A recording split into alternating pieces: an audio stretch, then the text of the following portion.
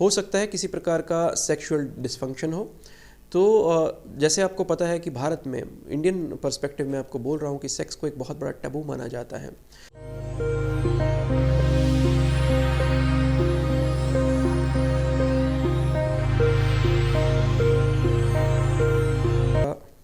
नमस्कार, क्या कहता है कानून एजुकेशनल सीरीज़ में आपका फिर से स्वागत है।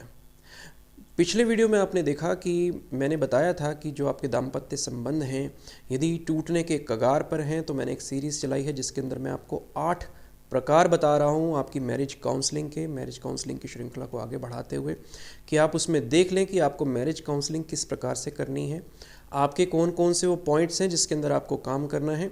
तो पिछले वीडियो में मैंने कुछ पॉइंट्स बताए हैं और अब मैं इस अगले वीडियो में कुछ पॉइंट्स बता रहा हूँ, तो आप देख लें।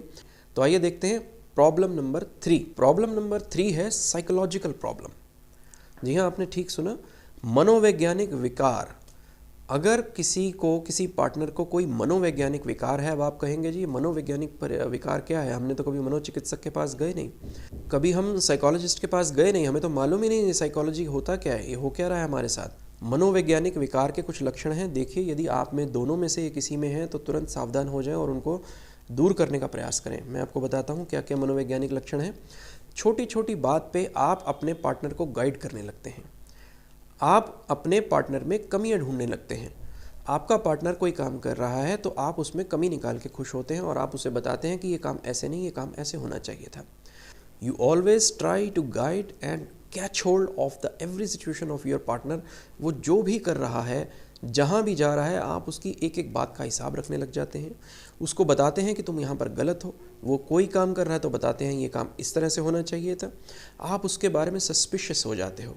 सस्पिशियस मतलब आपको संदेह होने लगता है, हमेशा आप संदेह में रहते हैं कि मेरी वाइफ बाहर जा रही है तो किसी से मिल तो नहीं रही है, हस्बैंड अगर बाहर जा रहा है तो मेरा हस्बैंड किसी से मिल तो नहीं रहा। संदेह का ऐसा कीड़ा लगना शुरू हो जाता है रिलेशनशिप में कि आप दोनों एक दूसरे का कोई भी विश्वास करने से डरते हैं एक दूसरे के ऊपर। तो इस प्रकार से सस्पिशन रखना, संदेह रखना, उसकी गतिविधियों को पकड़ के रखना, उसको हमेशा गाइड करने की फिराक में रहना, उसको हमेशा ये बताना कि तुम गलत हो, ये एक प्रकार का स्किज़ोफ्रेनिया है, ये एक मनोविकार है जिसका आपको पता भी नहीं है। ऐसा व्यक्ति जो है हमेशा एक मन की दुनिया बनाता है और मन की दुनिया को वास्तविक दुनिया के अंदर रंगने का प्रयास करता है। दिस इज़ कॉल्ड स्किज़ोफ्रेनिया, जो कि एक मनोविकार है, जो कि एक मनोदशा की एक विकृति है। तो मैं कहूँगा कि यहाँ पर आपको एक क्लिनिकल अप्रोच की ज़रूरत है, यहाँ पर आपको एक साइकोलॉजिस्ट की ज़रूरत है। तो आप देख लीजिए दोनों कि आप इस टाइप 3 की श्रेणी में तो नहीं आते हैं। चलिए अब चलते हैं type 4 of matrimonial problem, it's diagnosis and management. Type 4 है सिचुएशनल प्रॉब्लम्स। जी हाँ, सिचुएशनल प्रॉब्लम्स का मतलब है कि आपकी सिचुएशन के हिसाब से ये प्रॉब्लम्स क्रिएट हुई हैं, लेकिन जैसे ही सिचुएशन बदलेगी आपकी प्रॉब्लम ख़त्म हो जाएंगी। तो वो सिचुएशन क्या हो सकती हैं? ये सिचुएशन मटेरियल सिचुएशन है। मटेरियल मतलब वस्तु से संबंधित है, ऐसे शॉर्टेज ऑफ स्पेस है। मान लीजिए आप किसी ऐसे घर में रह रहे हैं जो कि एक ही कमरे का है, उसी में माँ बाप भी रह रहे हैं, उसी में पति पत्नी भी रहने लग गए हैं, स्पेस बहुत कम है, बीच में आपने पार्टीशन लकड़ी का डाल लिया है, किचन एक ही है, 3-4 फैमिलीज़ हैं, उसके अंदर भी पार्टीशन डल के काम चल रहा है, अपनी मर्ज़ी से बना नहीं सकते, खा नहीं सकते, रह नहीं सकते, सो नहीं सकते। यहाँ पे फ्रीडम की बहुत दिक्कत है और जो वाइफ है या हस्बैंड है वो एक दूसरे के परिवार से अपनी वित्तीय स्थिति को नापने लगते हैं, मापने लगते हैं, कंपैरिजन की स्टेट में चले जाते हैं। वाइफ हो सकता है हस्बैंड को ये बोले कि मेरे पिताजी और मेरे माताजी बहुत अच्छी स्थिति में है, वित्तीय स्थिति में है, और उसको ताने मारे कि तुम मुझे इस प्रकार से नहीं रख सकते, बहुत मेंटेन करके नहीं रख सकते। यहाँ पर फाइनेंशियल प्रॉब्लम्स जो हैं वो कंपैरिजन में आ जाती हैं। Just because availability of finance these problems are getting created, and just because of the paucity of space की कमी होने की वजह से जो है आपको बहुत ज़्यादा फ्रीडम नहीं मिल पा रही है और आपके जो आपस के दाम्पत्य संबंध हैं वो सारे ख़राब हो रहे हैं। तो यहाँ पर जो है सिचुएशनल प्रॉब्लम है, जैसे ही सिचुएशन दूर होगी आपकी प्रॉब्लम सही हो जाएगी। और इस दौरान क्या होता है कि हस्बैंड या वाइफ हो सकता है किसी अनफेयर मीन्स से अपनी फाइनेंशियल सिचुएशन को सुधारने का प्रयास करें, अपनी वित्तीय स्थिति को सुधारने के लिए कोई गैर कानूनी तरीके अपनाएं। इसी में एक जो चीज़ आ जाती है, जब हस्बैंड वाइफ को बोलता है कि तुम अपने घर से कुछ और पैसा लेकर आओ, यहाँ पे डॉवरी की डिमांड है। तो ये हो सकता है उस फाइनेंशियल क्रंच के चलते हो रहा हो, जिसकी वजह से जो सिचुएशन है, फाइनेंशियल सिचुएशन इतनी ख़राब हो गई है, लालच आ गया मन में, अब सोच रहे हैं कि किस प्रकार से उसको पूरा किया जाए। तो धोखाधड़ी से या किसी को दबा के या किसी को धमका के जो है पैसे की कमी जो पूरी की जा सके। तो मैं कहूँगा यहाँ पर जो महिला को बोला जाता है कि तुम अपने घर से पैसा लेकर आओ, तो इस एक्टिविटी को भी मैं इसी टाइप 4 की श्रेणी में रखूँगा। तो ये टाइप 4 की श्रेणी थी। और अगर ऐसा है तो मैं कहूँगा कि इसका जो इसका सॉल्यूशन है वो यही है कि आप जो है अपनी संसाधनों को बढ़ाएं, संसाधनों को कम ना करें। जब ज़रूरतें ज़्यादा हो जाएं तो संसाधन भी ज़्यादा करें। ज़रूरतों को छोटा करेंगे तो वो और प्रॉब्लम होती जाएगी, क्योंकि एक हद तक ज़रूरतें छोटी हो सकती हैं, इसके बाद ज़रूरतें छोटी होना बंद कर देंगे और आपकी जो रिलेशन है उसके ऊपर इसका असर दिखने लगेगा। अब हम चलते हैं प्रॉब्लम नंबर 5 यानी type 5 of matrimonial problem. It is when adjustment and sacrifice is demanded from the partners.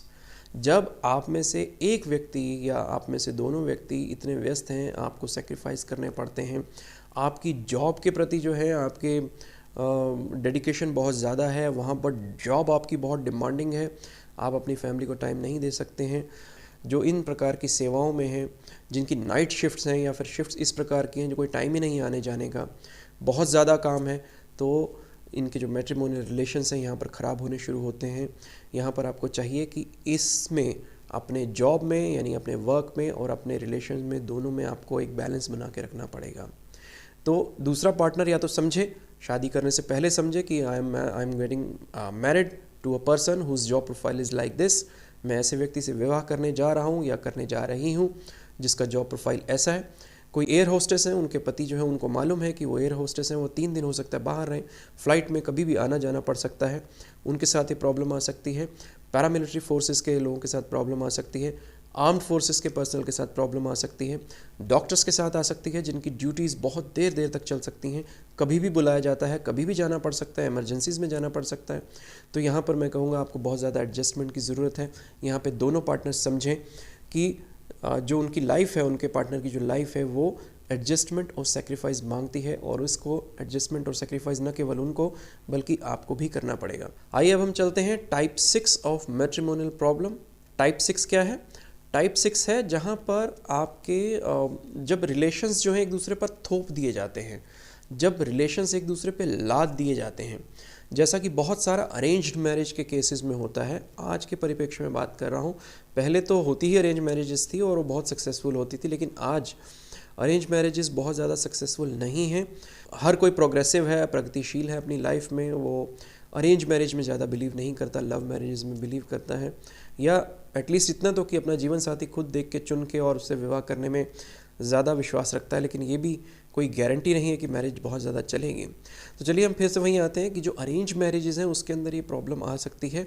Arrange marriage इस तरह से दो फैमिलीज़ ने बिना लड़का लड़की को बताए आपस में उनका विवाह तय कर दिया और उनको ज़बरदस्ती एक दूसरे के साथ बांध दिया गया, या इस प्रकार की कंडीशनल मैरिज कर दी कि दो बहनें दो भाइयों के साथ शादी कर दी, या एक भाई बहन एक फैमिली के हैं और दूसरी फैमिली के एक भाई बहन हैं, उन दोनों में आपस में विवाह कर दिया, यानी इधर की बेटी उस घर में, उधर की बेटी इस घर में। अब यहाँ पर क्या हो रहा है कि ज़बरदस्ती के आपने रिश्ते बना दिए, कंडीशनल मैरिजेस कर दी। एक मैरिज अगर कोलैप्स होती है तो दूसरी मैरिज कोलैप्स होने के चांसेस बहुत ज़्यादा हो जाते हैं। दो बहनों की मैरिज अगर दो भाइयों से हो गई और एक की नहीं चल पा रही तो बहुत ज़्यादा चांसेस हैं कि उस मैरिज का इफेक्ट जो है उसकी दूसरी बहन की मैरिज इसके ऊपर आएगा। तो इस प्रकार की जो कंडीशनल मैरिजेस हैं या फिर अरेंज मैरिजेस हैं उसके अंदर आप देखेंगे कि ये प्रॉब्लम्स बहुत ज़्यादा आने वाली हैं। तो मैं कहूँगा इस प्रकार की मैरिजेस से जहाँ तक हो सके बचें, जहाँ तक हो सके बचें। अगर नहीं को बचने का उपाय है, यदि आप भी चाहते हैं कि अपने पेरेंट्स की विल के आगे सरेंडर करना और आप चाहते हैं नहीं आपके माँ बाप की खुशी सब कुछ है, तो ध्यान रखिए थोड़े दिनों बाद, कुछ over a period of time, जब आप चीज़ों का चार्ज ले लेंगे, जब आपको काफ़ी टाइम हो जाएगा, तब आप हो सकता है कि अपने इस फैसले पर रिग्रेट करें, हो सकता है आप अपने इस फैसले पर अफसोस करें। तो मैं कहूँगा ये चीज़ें आप पहले से सोच लें, इसके अंदर और कोई रेमेडी नहीं है, इसका और कोई मैनेजमेंट नहीं है। मैनेजमेंट यही है, at the time of marriage आप अच्छे से सोच विचार कर लें कि आपको अरेंज मैरिज करनी है या आपको अपनी पसंद से मैरिज करनी है। चलिए अब हम आगे चलते हैं type number 7 of matrimonial problems. Type number 7 क्या है? ये होती हैं मेडिकल प्रॉब्लम्स। जी हाँ, मेडिकल प्रॉब्लम्स अगर आ गई हैं किसी प्रकार की तो भी चांसेस हैं कि आपका विवाह जो है न चल पाए, किसी एक पार्टनर में कोई मेडिकल प्रॉब्लम है तो उसकी वजह से हो सकता है कि शादी टूटने का कगार पर आ जाए। हो सकता है किसी प्रकार का मेंटल डिसऑर्डर हो सकता है किसी प्रकार का सेक्सुअल डिसफंक्शन हो। तो जैसे आपको पता है कि भारत में, इंडियन पर्सपेक्टिव में आपको बोल रहा हूँ कि सेक्स को एक बहुत बड़ा टैबू माना जाता है। किसी की सेक्सुअल बिहेवियर हो सकता है किसी प्रकार का दूसरी तरीके का हो।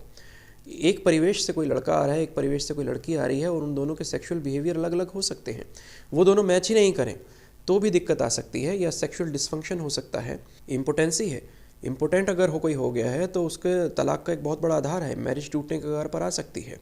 तो सेक्सुअल डिसफंक्शन, मेंटल डिसऑर्डर और सेक्सुअल बिहेवियर, ये तीनों चीज़ें, चारों चीज़ें जो हैं, ये एक बहुत बड़ा कारण है मैरिजेस के डिसोल्यूशन होने का। तो इसके लिए तो मैं आपको बोलूँगा कि आपको क्लिनिकल थेरेपी ही लेनी पड़ेगी, क्लिनिकल थेरेपी में जाइए।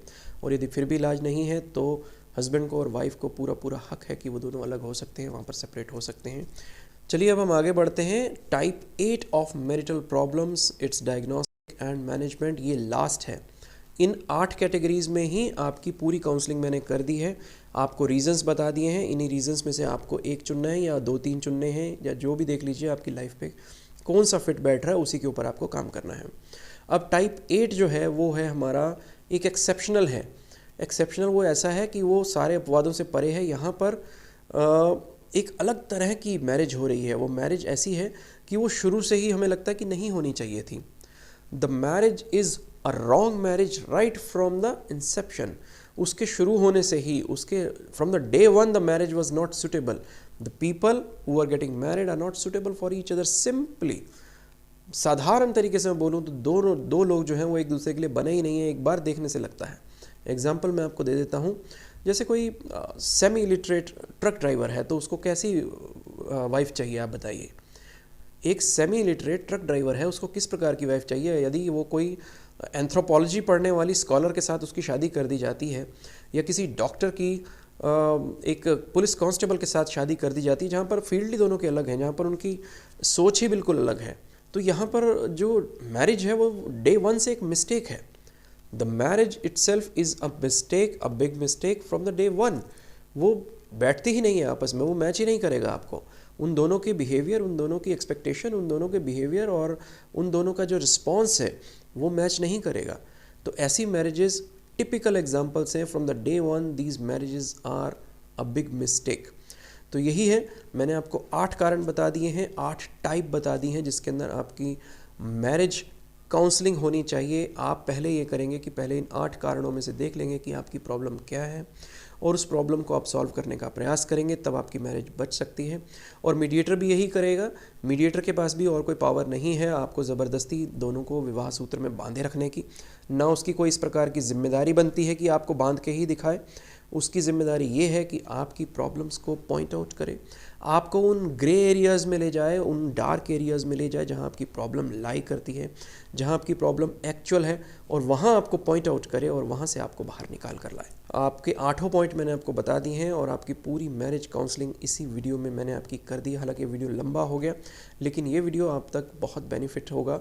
और ये वीडियो केवल अपने तक न रखें, इस वीडियो को आगे फैलाएं, क्योंकि आप अगर लाभान्वित होना चाहते हैं तो दूसरों को लाभान्वित करें।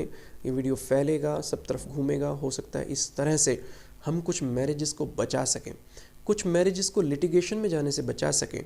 कई बार चीज़ें थोड़ी सी होती हैं और उसके लिए बहुत बड़ी कीमत चुकानी पड़ जाती है।